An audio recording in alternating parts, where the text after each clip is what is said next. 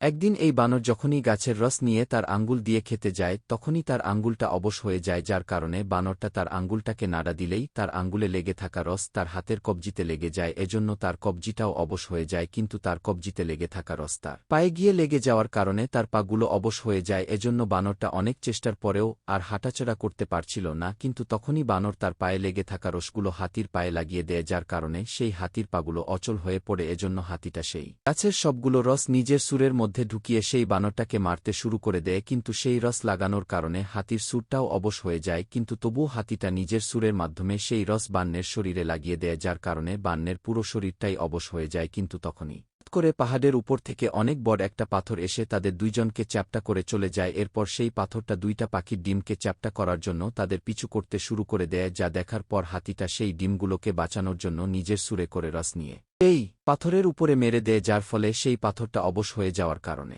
তুলোর মতো নরম হয়ে যায়, এজন্য সেই ডিমগুলোর জীবনটাও বেঁচে